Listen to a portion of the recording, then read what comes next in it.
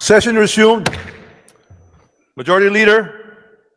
Mr. Speaker, I move to take up additional reference of business. The Secretary General is directed to read the additional reference of business. Additional reference of business, verified complaints for impeachment. Impeachment complaint against Vice President Sara Duterte filed by at least one-third of all the members of the House of Representatives on February 5, 2025. Impeachment complaint filed against Vice President Sara Duterte filed by Teresita Quintos Deles, Father Flaviano, SBD Gary Alejano et al., and endorsed by Representative Percival B. Sendanya of the Akbayan Party List on December 2, 2024. Impeachment complaint filed against Vice President Sara Duterte, filed by Teodoro Casino, Lisa Masa, Nery Colomares et al., and endorsed by Representatives Franz de Castro of the Teacher Party List, Representative Arlene D. Brosas of the Gabriela Party List, and Representative Raul Daniel A. Manuel of the Kabataan Party List on December 4, 2024. Impeachment complaint filed against Vice President Sara Duterte, filed by Reverend Father Antonio Labiao Jr., Reverend Father Rico P. Ponce, Reverend Father Dionisio B. Ramos et al., and endorsed by Representative Gabriel H. Bordado Jr. of the 3rd District of Camarines Sur, and Representative Lex Anthony Chris A. Colada of the AMBIS OWA Party List on December 19, 2024. Majority Leader. Mr. Speaker, today, as provided for in our additional reference of business, a verified impeachment complaint against Vice President Sara Duterte has been filed by at least one-third of all the members of the House of Representatives on February 5, 2025. Mr. Speaker, for the record, may we inquire from the Secretary General the total membership of the House as of today, February 5, 2025. The Secretary General will please respond. Mr. Speaker, as of the present, the total number of members of the House of Representatives is 306. The Majority Leader is recognized. Mr. Speaker, may we inquire from the Secretary General how many members of the House verified and swore before him the impeachment complaint? Secretary General, please respond to the query of the Majority Leader. Yes, Mr. Speaker. Pursuant to Section 14, Rule 4 of the Rules of Procedures, in impeachment proceedings, the total number of House members who verified and swore before me this impeachment complaint is 215 House members.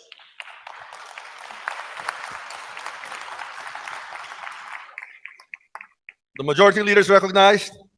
Mr. Speaker, may we know what is one-third of the total number of the members of the House? The Secretary General will please respond. Mr. Speaker, one-third of the total number of members of the House is 102. The Secretary General has responded to the query of the Majority Leader. The Majority Leader is recognized. Mr. Speaker, for the record, in consonance with the Constitution on Article 11 on accountability of public officers, particularly Section 3, Paragraph 4, and pursuant to Section 14, Rule 4 of the Rules of Procedure in impeachment proceedings, which provides as follows. Section 14, endorsement of the complaint resolution to the Senate. A verified complaint resolution of impeachment filed by at least one-third of all the members of the House shall constitute the articles of impeachment. And in this case, the verified complaint resolution shall be endorsed to the Senate in the same manner as an approved bill of the House. Considering that the Secretary General has certified that at least 215 members of the House of Representatives have verified and swore before him the said impeachment complaint against Vice President Sara Duterte, and consistent with our rules, I move that the Secretary General be directed immediately to endorse the same to the Senate. There is a motion to direct the Secretary General to immediately endorse to the Senate the impeachment complaint, having been filed by more than one-third of the membership of the House, or a total of 215 members. Is there any objection? The chair hears none. The motion is approved. The Secretary General is so directed. The session is suspended.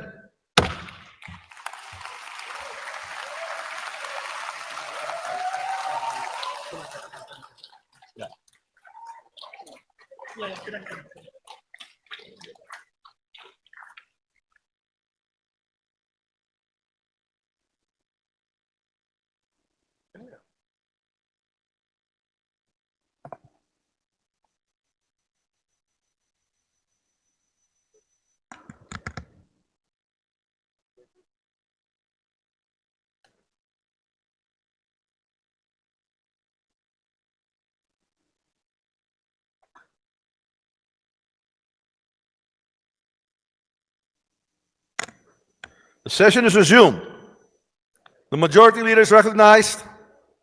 Mr. Speaker, in accordance with Section 16, Rule 6 of the Rules of Procedure in impeachment proceedings, I move to elect the following members of the House of Representatives as prosecutors in the trial on the impeachment complaint filed against Vice President Sara Duterte.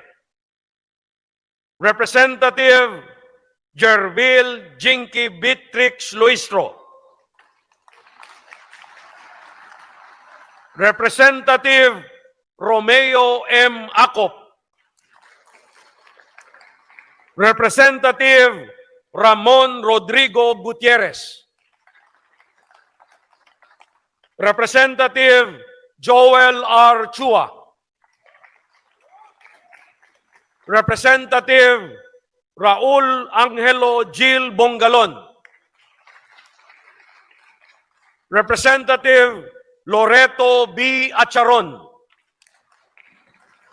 Representative Marcelino C. Libanan. Representative Arnan C. Panaligan.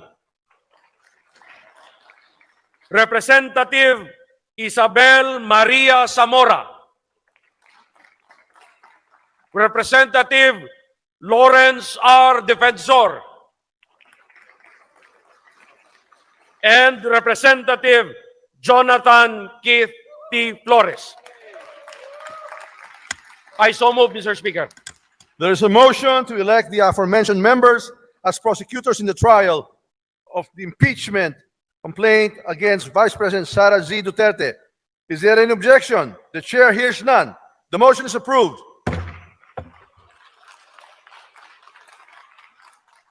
The majority leader is recognized. Mr. Speaker, in the additional reference of business earlier read by the Secretary General, there are 3 other impeachment complaints filed against Vice President Sara Duterte. These are the impeachment complaint filed by Teresita Quintos Deles, Father Flaviano Villanueva, Gary Alejano et al., and endorsed by Representative Percival Sedanya of Akbayan Party List on December 2, 2024. Next is an impeachment complaint filed by Teodoro Casino, Lisa Masa, Nery Colmenares et al., and endorsed by Representative Franz L. Castro of ACT Teachers Party List, Representative Arlene Brosas of Gabriela Party List, and Representative Raul Daniel Manuel of Kabataan Party List on December 4, 2024. And the last one, Mr. Speaker, the third one, impeachment complaint filed by Reverend Father Antonio Labiao Jr., Reverend Father Rico Ponce, Reverend Father Dionisio Ramos et al., and endorsed by Representative Gabriel Bordado Jr. of the 3rd District of Camarines Sur, and Representative Lex Anthony Chris Colada of Ambis OWA Party List on December 19, 2024.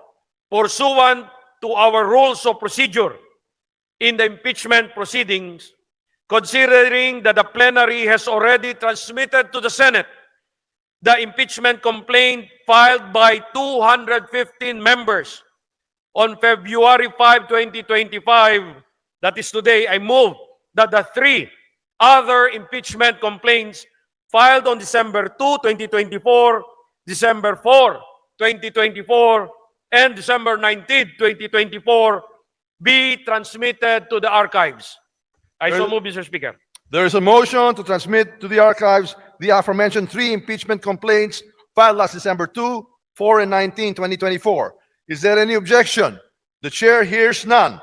The motion is approved. These impeachment complaints are transmitted to the archives. Mr. Speaker, I move to suspend session for a few minutes. Session suspended.